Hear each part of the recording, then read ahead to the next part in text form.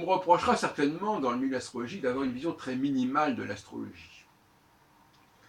Et ils ont bien raison de le penser, puisque j'ai poursuivi encore dans cette direction récemment.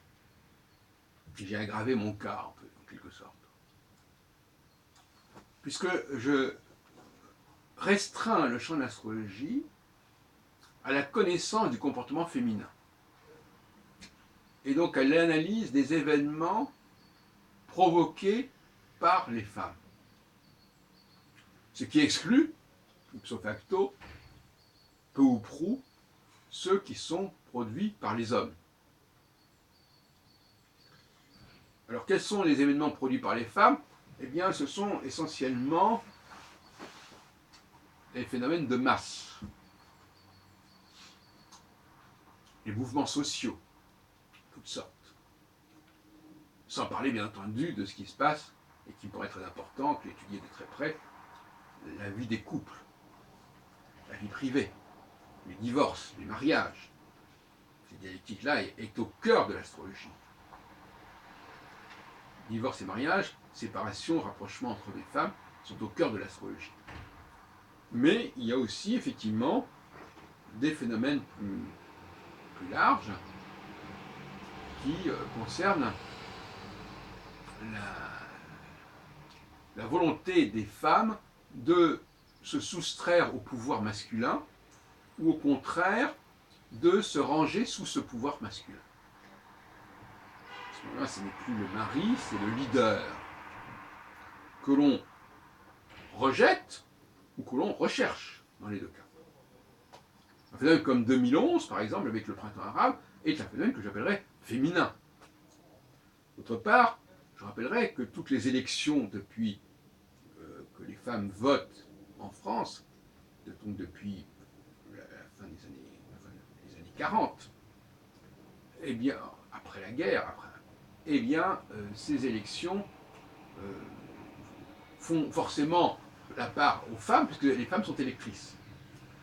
Et donc, le processus psychique des femmes à telle et telle époque, qui obéit à des cycles, va forcément marquer le résultat des élections.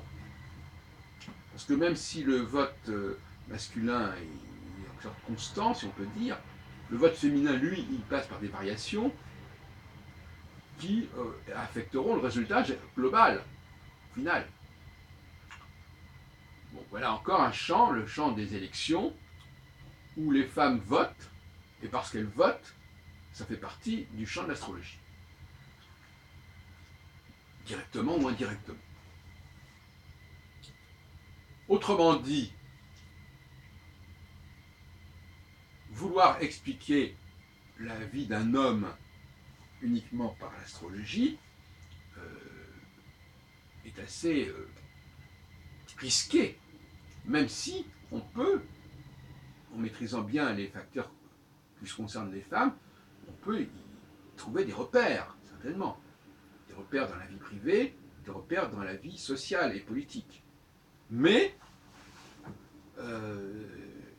l'astrologie n'épuise pas la totalité des activités humaines, loin de là. Elle permet simplement de comprendre le poids de la femme dans ses activités, ce qui n'est pas tout à fait la même chose. Alors, c'est un problème de méthodologie que je ne vais pas résoudre ici, bien entendu, mais ce que je veux dire, c'est que c'est déjà pas mal. Je ne peux pas faire la fine bouche. Le simple fait de réduire l'astrologie à l'étude du comportement féminin, ça ne veut pas dire qu'on ne va pas essayer de comprendre l'ensemble des phénomènes, mais sous cet angle-là, parce que cet angle-là, lui, il est analysable scientifiquement, ce qui n'est pas le cas d'autres phénomènes au niveau des sciences sociales. Donc c'est un élément rigoureux, lié à des cycles précis, mathématiques en quelque sorte, qui n'épuise pas la question de l'épistémologie des sciences sociales, mais qui y contribue et qui apporte un élément nouveau considérable. On pourrait parler d'une science de la femme, une gynologie, si on veut, pour ne pas dire une gynécologie. Une gynologie qui a été le parent pauvre des sciences humaines et des sciences sociales depuis des décennies, voire même depuis 200 ans. Et ça a été une très grave erreur que doit réparer le XXIe siècle. Le XXe siècle, ce sera le siècle de la gynologie, justement.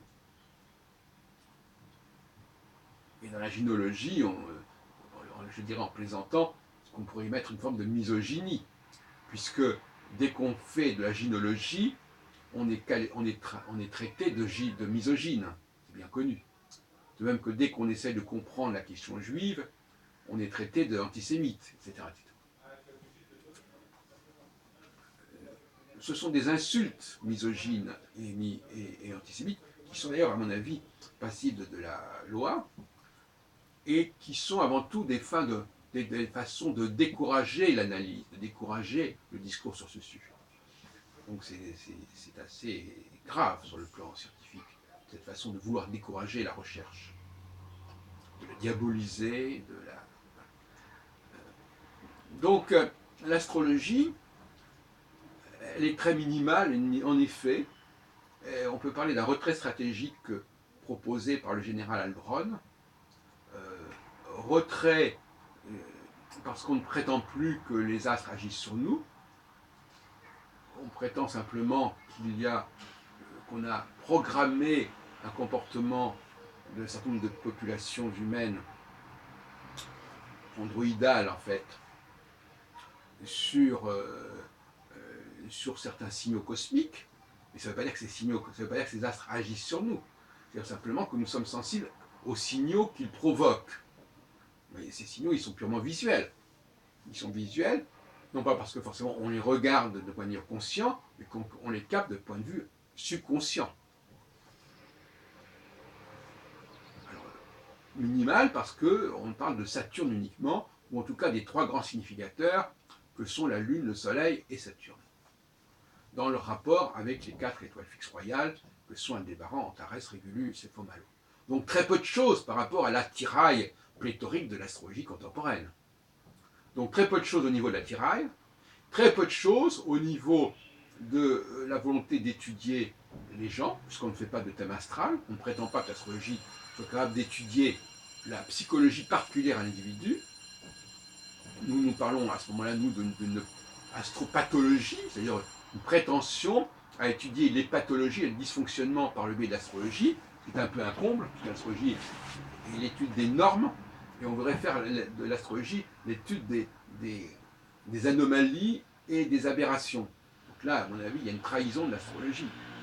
Et puis, dernièrement, donc, on dit, l'astrologie nous parle du fonctionnement du féminin, de tout ce qu'il y a de spécifique dans le féminin, dont on sait déjà qu'il est lié à des cyclicités par le biais de la menstruation, mais aussi par le biais de la gestation, de la gésine, etc., des 9 mois qui précèdent l'accouchement. Voilà, donc on polarise là-dessus, et à mon avis, c'est un énorme progrès épistémologique qui devrait conférer à l'astrologie du XXIe siècle un statut très différent de celui qu'elle a connu par le passé.